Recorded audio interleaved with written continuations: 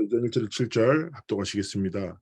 내 아들아, 그러므로 너는 그리스도 예수 안에 있는 은혜 가운데서 강하고 또 내가 많은 증인 앞에서 내게 들은 바를 충성된 사람들에게 부탁하라.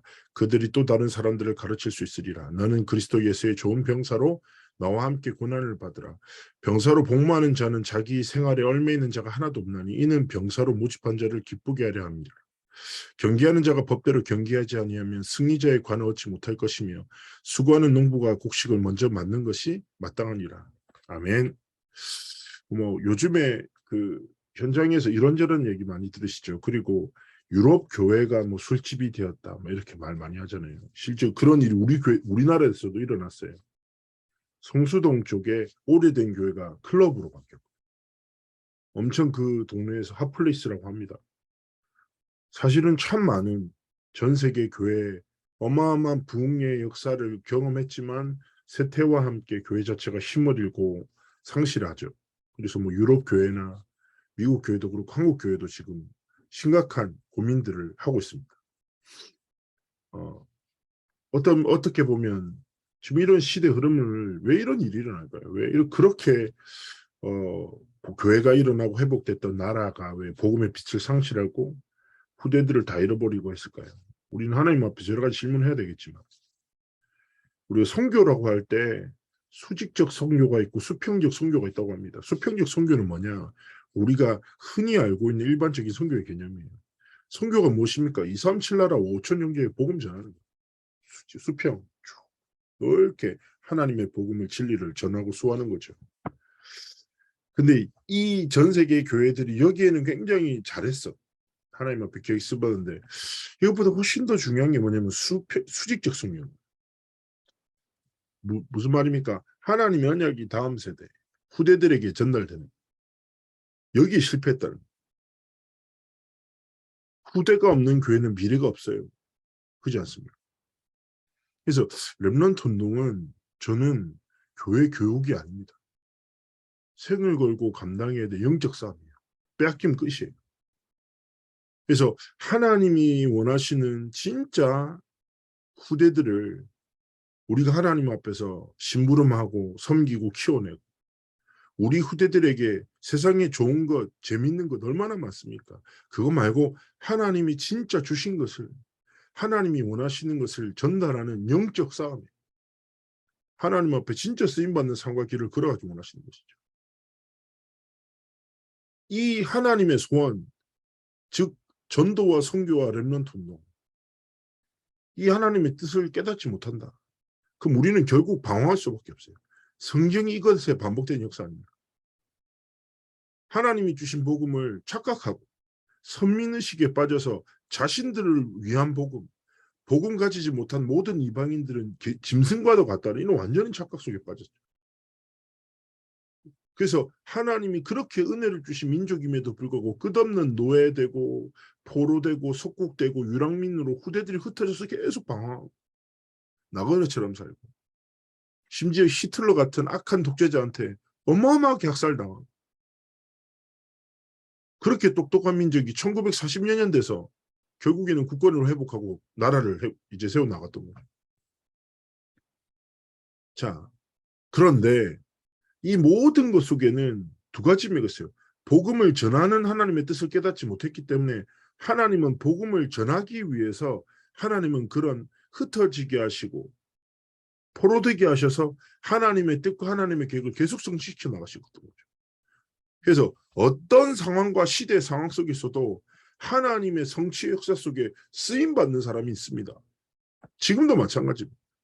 미국 교회가 이렇다, 유럽 교회가 이렇다, 한국 교회가 이렇다, 상관없다니까요. 그럼에도 불구하고 하나님은 언제나 하나님의 일을 이루시잖아요. 그렇지 않습니까? 사람의 실수와 실패가 하나님의 언약의 성취를 막을 수 있습니까? 세상에 그 무엇이 그럴 수 있어요? 불가합니다. 하나님은 반드시 하나님의 약속을, 하나님의 언약을, 그래서 이사야 41장 8절에 나는 여호와다, 이는 내 이름이다. 나는 내 영광을 다른 자에게, 내 찬송을 우상에게 빼앗기지 않겠다. 하나님은 하나님의 영광과 찬송을 절대로 빼앗기지 않으십니다. 반드시 말씀을 성취하시고 기도 응답하시고 구원의 역사와 사역을 성취시켜 나가시는 거예요. 그런데 하나님은 그 역사를 이루시는 방법이 시대의 어떤 흐름과 상관없이 하나님의 복음의 결론난 그리스도를 주인 잡은 남은 자, 즉 렘넌트를 통하여 계속 일을 이루시는 거예요. 그럼 중요한 것은 무엇입니까? 내 24의 흐름이에요. 어디 길 위에 있냐는 거예요. 이번에 일부 말씀에 요한복음 3장이 나왔죠. 요한복음 3장 16절에 뭐라고 합니까? 멸망치 않고 영생을 얻게 하려 하십니다. 세상 많은 사람들은 멸망의 길 위에 서 있어요. 그런데 하나님 우리 뭐예요? 영원한 영생의 길 위에 딱 세우셨던 거죠. 그렇기 때문에 나의 24가 하나님이 주신 생명 가지고 하나님이 주신 복음을 누리며 이런 시대와 상황 속에서도 하나님의 뜻과 언약을 성취하시는 그 하나님의 역사와 흐름 속에 우리의 삶의 여정이 있기를 원하시는 것입니다.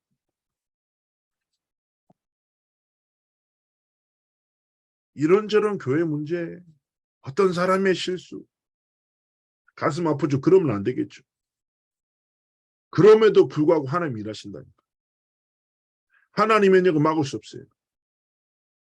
우리의 삶이 이미 하나님 주신 진짜 흐름에서 어떤 길을 걸어가야 되겠습니까?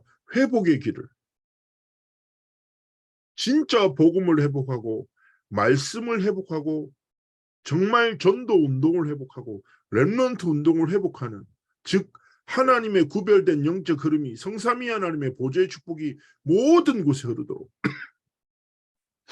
하나님 앞에서 참 남은 자의 길과 삶을 살아가기를 하나님이 원하시는 것입니다. 그래서 우리의 삶에 그리스도라는 복음을 주셔서 우리의 여정이 어떤 여정이요? 남은 자의 여정, 언약의 여정, 렘넌트의 여정을 걸어가기를 하나님이 원하시는 것이죠. 그래서 정말 우리가 하나님 앞에서 믿음으로 하나님이 원하시는 길을 걸어가기 원합니다. 자, 그렇다면 하나님이 우리에게 주신 렘넌트에 대한 중요한 정체성을 생각해 봅시다. 류광수 목사님이 전에 렘넌트란 단어에 세 가지 의미가 있다고 했어요. 첫 번째 뭐냐? 거룩한 씨다. 많은 사람들은 나이가 어린 애들이 렘넌트고 우리는 렘넌트를 양육하는 사람이라고 하지만 성경은 그렇지 않습니다. 남은 자와 렘넌트는 연령대가 아니에요. 바로 복음이에요. 복음 가진 자가 이 시대 남은 자예요. 복음을 진짜 전할 자가 이 시대 렘넌트로 하나님 앞에 세움받은 겁니다. 그래서 21교구 모든 성도님이 누굽니까? 남은 자요, 렘넌트입니다. 어떤 분은 이거 내가 나이가 많은데 무슨 렘넌트야 이렇게도 얘기하시더라고요. 그럼 제가 웃으면서 얘기했어요.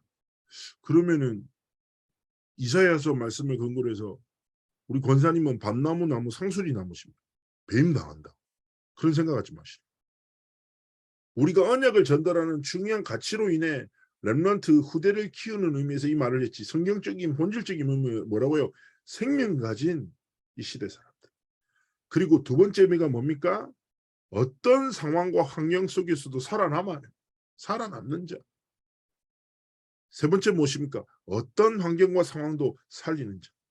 렘넌트의 영적 의미는 생명을 가지고 살아남고 살리는 자들을 말합니다. 결국 그 모든 것 속에 뭐예요? 성삼위 하나님의 축복과 능력을 힘입어 생명을 누리며 모든 곳에서 살아남고 사람의 말, 사건, 어떤 문제 속에서도 흔들림 없이 복음에 다 깊은 뿌리 내고 살아남고 결국 그 복음으로 살리는 사람. 하나님 앞에서 삶과 길을 걸어가기 원하시는 것이죠. 그러면서 렘넌트의 의미를 좀 생각해 봅시다. 첫 번째 뭐라고요? 남은 자. 어떤 의미입니까? 언약을 가진 자요. 언약으로 회복할 자입니다. 언약이 무엇입니까? 138이에요. 그리스도의 복음의 결론 붙잡고 하나님의 나라를 이루며 성령의 권능을 힘입어 살아갈 자. 138의 복음을 가진 자요. 회복할 자, 누리는 자를 남은 자라고 말합니다. 두 번째 무엇입니까? 남는 자죠. 바로 성삼위 하나님의 능력을 회복해서 사람을 살리는 자. 우리의 따뜻한 말이, 공감하는 말이 사람의 마음을 위로할 수 있습니다. 그죠? 기쁨을 줄 수 있습니다. 그러나 살릴 수는 없습니다. 살리는 것은 오직 영입니다. 살리는 것은 무엇입니까? 사람의 말이 아니라 하나님의 말씀. 하나님의 말씀이 내게 정말 임할 때 그 능력으로 우리 뭐합니까? 사람을 살립니다. 복음의 말씀에 정말 하나님의 능력이 회복될 때 우리의 만남 속에 진짜 생명 살아나 영생의 길, 멸망의 길에 있던 자들이 영생의 길로 들어서는 은혜의 응답을 주시는 것입니다. 그래서 우리는 깨달아야 돼요. 하나님, 나는 언약을 가진 자요, 회복한 자, 남은 자요, 하나님의 능력을 힘입어 사람을 살리는 남는 자입니다. 세 번째 무엇입니까? 남을 자죠. 흑암 문화를 복음 문화로 바꿔. 자, 그러면은 많은 성도님들은 부담 느낍니다. 내가 어떻게 흑암 문화를 복음 문화로 바꿔? 부담되죠. 그죠? 근데 시작은 뭡니까? 내 삶의 문화예요. 내 삶의 문화. 제가 랩런트 사역을 오래 했잖아요. 한 고등학교 랩런트가 진실대 이렇게 포럼하더라고요. 목사님, 제가 시간이 많은데 하나님의 말씀을 들을 시간이 없다. 주로 뭐 하는데 했더니 컴퓨터 게임 많이 한다. 공부하고 컴퓨터 게임 하고. 공부를 열심히 한대. 열심히 해서 시간 만들어서 컴퓨터 게임 하려고. 그럴 수 있죠. 그래서 제가 이렇게 얘기했어요. 그게 네 삶의 문화다. 삶의 문화다. 그 생각해봐라. 그 삶의 문화에 하나님이 원하시는 복음의 문화가 자리 잡고 있냐? 없는 것 같다는 거예요. 뭔가 대단한 변화, 뭐 성경 3시간 읽고 메시지 5개 듣고 이런 생각하지 말고 하루에 5분을 기도하고 30분 메시지 듣는 영적 도전해라. 네 삶에 복음이 중심되게 하는 문화를 딱 만들어. 이게 뭡니까? 남을 자의 시작이에요. 내 삶의 중심 문화가 복음 문화가 될 때 하나님은 내 삶의 문화를 통해서 다른 사람의 삶의 문화를 변화시키시는. 무슨 말입니까? 팀사역과 포럼이죠. 대화를 하는데 이 사람은 진짜 삶의 문화가 복음 문화네. 도전되고 그러면서 그 사람의 삶의 문화에 복음의 문화가 딱 차죠. 그럼 결국 어떻게 됩니까? 이 복음 문화를 누리는 삶을 통해서 가정의 문화가 복음 문화 딱 중심, 예배 중심. 하나님 앞에서 뭔가 대단한 게 아니라 작은 믿음의 여정 걸어가시면 됩니다. 네 번째 무엇입니까? 결국 하나님의 언약을 가지고 하나님의 능력으로 사람을 살리고 복음 문화로 가정과 개인의 삶을 변화시키는 자에게 하나님 뭘 주십니까? 후대를 진짜 살리고 남기는 은혜와 응답을 주시는 것이죠. 우리가 후대를 볼 때 어떻습니까? 여러 가지 생각이 드시죠. 걱정되는 부분도 있고 감사한 부분도 있고 기대되는 부분도 있고 염려되는 부분도 있고 여러 가지 부분이 있죠. 그런데 한 가지만 해보시면 됩니다. 후대 인생의 주인이 누구십니까? 하나님이십니다. 내 생각이 맞지만 틀렸어요. 그죠? 오직 하나님의 말씀이 맞아요. 그래서 부모들은 자신의 후대들, 조부모님들도 마찬가지입니다. 후대들을 향해서 하나님의 진짜 언약이 무엇인지 질문하고 그 언약을 붙잡고 기도하고 그 언약을 성취하시도록 하나님 앞에 영적 싸움하면 됩니다. 하나님이 후대 인생의 주인 되셔서 복음을 진짜 전할 자로 세워나가신. 제가 늘 말씀드리잖아요. 종교개혁자 중에 요한 칼빈이라는 사람이 구원을 주시는 하나님의 은혜에 대해서 이렇게 표현합니다. 하나님이 주시는 복음의 은혜는 불가항력적 은혜다. 무슨 말이냐? 하나님이 주시는 구원은 하나님이 주신 복음의 능력을 발견하는 이 깨달음은 사람의 어떤 것으로도 결코 막을 수 없다는. 그렇죠? 그래서 정말 렘넌트로 하나님 앞에 남은 자로 복음을 가지고 그 능력으로 사람 살리고 모든 삶의 문화가 복음 문화 되는 영적 싸움하고 하나님이 진짜 일하시고 원하시는 후대를 남기는 영적인 파수꾼의 삶과 길을 걸어가기를 딱 결단할 때 하나님이 뭘 주십니까? 준비된 응답들을 주십니다. 준비된 응답들. 그래서 우리의 삶의 가장 먼저 시작은 무엇입니까? 요한 3서 1장 2절에 얘기합니다. 내 영혼이 잘된 같이 범사가 잘되고 강건하기를 내가 원한다. 우선순위죠. 우리의 삶에 다른 것보다 영적 서밋이 가장 중요한 겁니다. 우리 삶의 가장 우선순위. 스티븐 코비라는 세계적인 자기 개발에 대한 특강 강사가 있죠. 그 사람이 그 얘기했지 않습니까? 성공한 사람들의 7가지 습관. 첫 번째, 가장 소중한 것을 먼저 해라. 아침에 일어나서 뭐 하십니까? 어떤 일을 시작할 때 뭐 하십니까? 아침에 일어났을 때 또 직장 현장 갔을 때 맨 처음 뭐예요? 하나님께 딱 드리고. 성삼위 하나님의 전능하심이 아니면 나는 아무것도 아닙니다. 하나님 내게 은혜 달라고 결단하고. 영적 서밋의 응답을 누릴 때 하나님이 뭐예요? 내가 하는 모든 일에 기능에 하나님의 복음이 흐르게 하십니다. 사람의 탁월함을 통해서 하나님의 뜻이 이루어집니까? 사람의 무능함이 하나님의 능력을 막을 수 있습니까? 아닙니다. 사람의 탁월함 위에 성삼위 하나님의 보좌의 축복이 임할 때 그 탁월함을 통해서 하나님의 뜻과 계획은 이루어집니다. 철저히 하나님의 역사는 하나님의 능력을 힘입어 하나님의 택한 사람들을 통하여 하나님이 일하십니다. 그래서 내가 잘나고 부족하고가 하나님 앞에서 의미가 없어요. 그러니까 잘하는 것도 믿을 필요 없고 부족한 것에도 낙심할 필요 없다니까요. 영적 서밋의 응답으로 모든 기능, 내가 하는 집안일, 내가 후대들을 위해서 행하는 모든 일들 섬김 위에 뭐요? 성삼위 하나님의 보좌의 축복이 임하게 하셨어요. 전에 류 목사님 얘기하셨잖아요. 저는 잊혀지지 않습니다.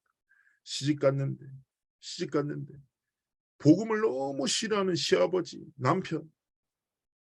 시아버지가 며느리의 뺨을 따리고 교회 다닌다고 남편은 술 마시고 칼 들고 와서 예수 믿든지 죽든지 결단해라 하고 이분이 아무것도 할 수 없는 하나님 너무 사랑하는데 그래서 뭐 했다고요? 밥을 딱 짓고 뜸들 때 딱 할 때 주걱으로 십자가 그려놓고 이 밥 처먹는 모든 놈들 예수 믿게 해달라고 기도했다잖아요.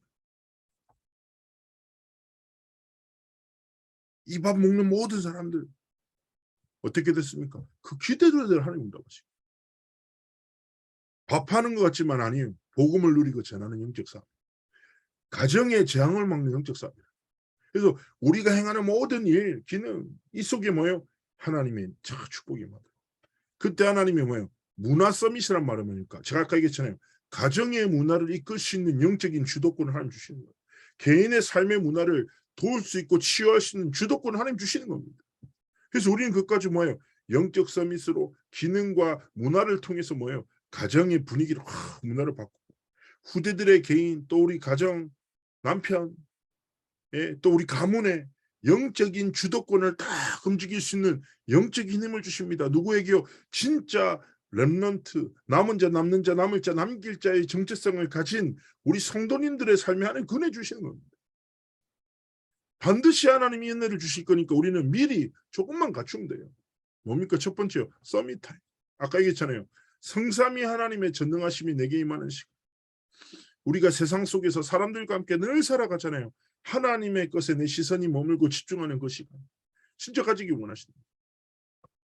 그래서 매일 삶 속에 시작할 때 서밋 타임 딱 가지시고. 두 번째 무엇입니까? 서밋 자세. 간단합니다. 전도자답게 살면 됩니다.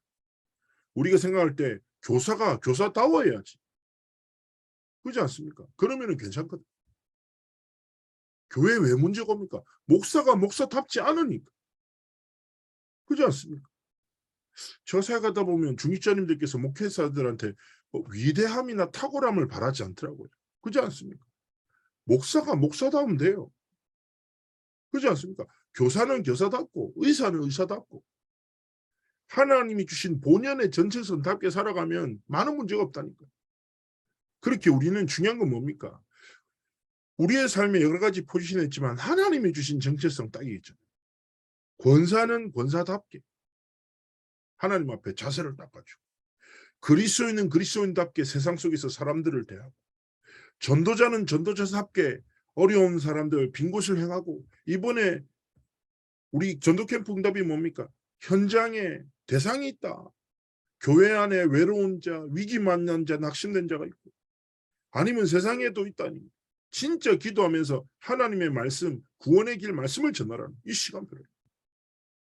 그래서 하나님 앞에 중직자답게 정말 하나님의 자녀답게 전도자답게 하나님 앞에 딱 자세를 갖추고 무엇입니까? 세 번째는 그를 딱 가지고 수용하고 이해하고 사랑하고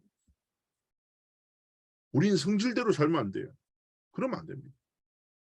하나님의 정말 성품을 따라 로마서 5장에 보면 하나님이 이렇게 얘기하시거든요. 뭐라고 하시냐?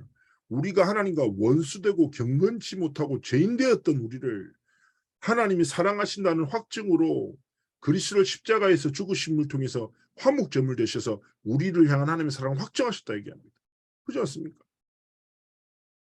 하나님의 은혜를 입을 어떤 조건과 행위와 자격 없는 우리를 하나님이 끝없는 사랑으로 사랑하셔서 그리스도를 보내셨고 그 그리스도의 십자가의 부활을 통해서 지금도 우리와 함께 하시는 이 은혜를 우리의 삶에 허락하셨습니다. 그렇지 않습니까? 그렇기 때문에 하나님의 마음으로 하나님의 뜻과 하겠고 하나님의 사랑으로 뭐예요? 현장을 이해하고 수용하고 그리고 정말 위로하고 답을 주고 좀 그릇이 다른 사람이죠. 네?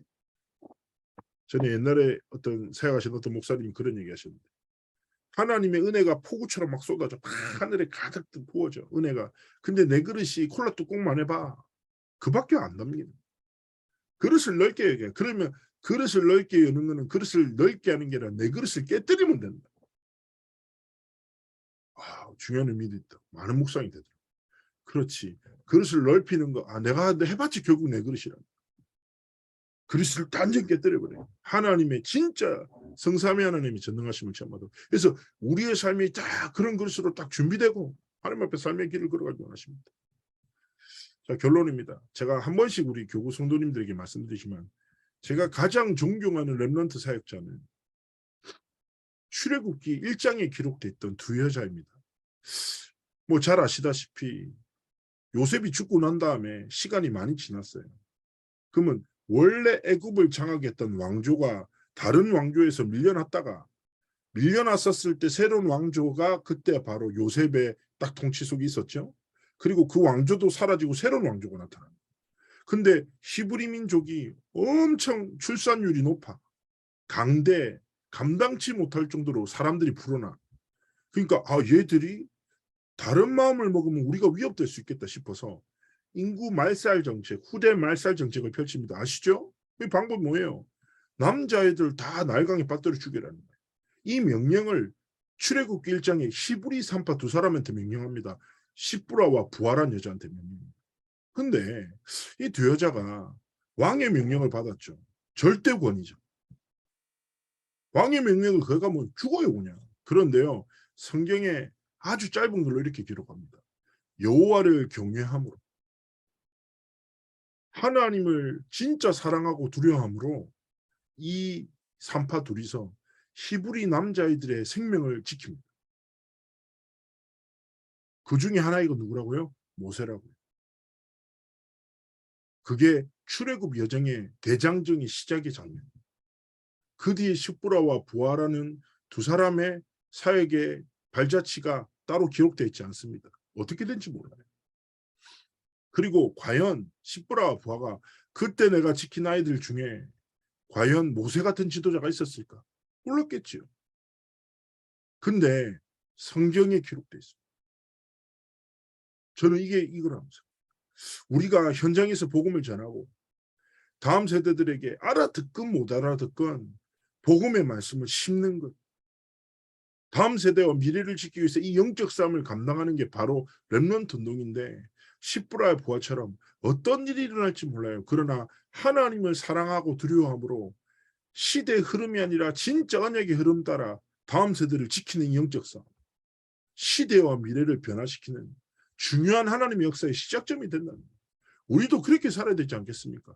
진짜 남은 자로 렘넌트의 길을 걷고 하나님 주신 응답으로 하나님 주신 것으로 진짜 하나님이 원하시는 후대를 키우고 하나님이 원하시는 사람들이 현장에 싸우는 영적 싸움에 하나님 앞에 쓰임받기를 원하시는 것이죠. 이번 한 주간 그렇습니다. 하나님.